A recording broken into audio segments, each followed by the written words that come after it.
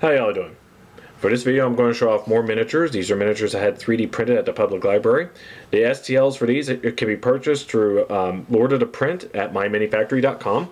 They're part of this their Dinotopia line, and these are Pterosaurs. There's 5 Pterosaurs when you buy these STL files, and it's of the Pterosaurs Tupandactylus.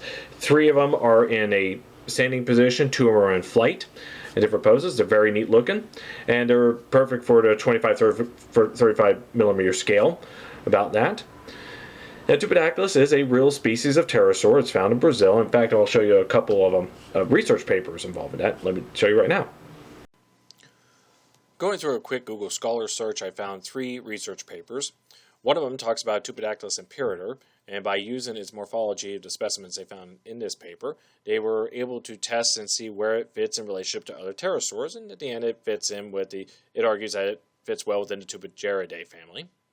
So, but what you may find this more interesting, and since we're talking about painting miniatures, I found this one where it talks about the Tupandactylus, not only a well-preserved specimen, so well that by looking at it carefully, we found what usually is called pycnofibers. This paper says that this might be a possibility that the pycnofibers and feathers in dinosaurs may have a common ancestry, but but it's still, it's still controversial, as it says in the abstract here.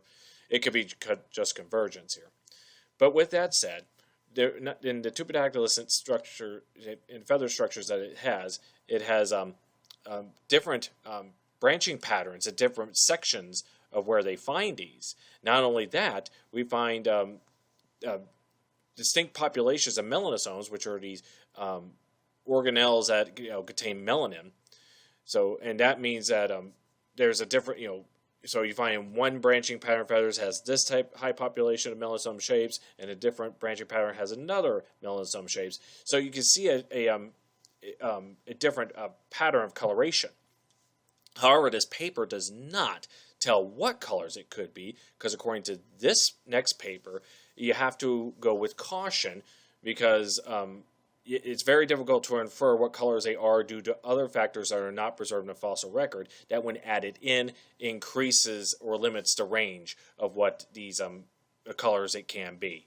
So we have to still rely on our imaginations of what it can be. But I think the second paper I showed could inspire you to at least find out what the pattern is and what it could be.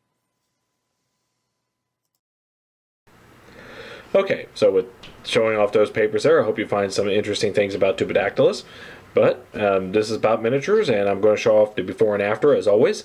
Now, I was inspired by the second paper of the color pattern, but because the one in the second paper didn't shape the Tupandactylus crest, and as the other miniatures, and the other miniatures aren't sculpted as if they have the pycnofibers, I tried going off at first, but then I just went in my own direction. They may look drab at first, they're a little bit drab in their colors. I'm not going to say anything extravagant. Perhaps you could do some of the if you print these off yourself. But I did put a little coloration in the crest, and a little bit around the eye, give it something distinguishable. But I think they're serviceable for what they are. Miniatures like this, I mean, not we think Dungeons and Dragons and stuff like that. You don't think too many dinosaurs, but Isle of Dread, and I'm sure and they have dinosaur stats in their monsters manuals. I'm sure you can find something useful for it. So, but Isle of Dread is definitely a good start for that. But with that said, here is my slideshow. Thank you all for watching. Have a nice day.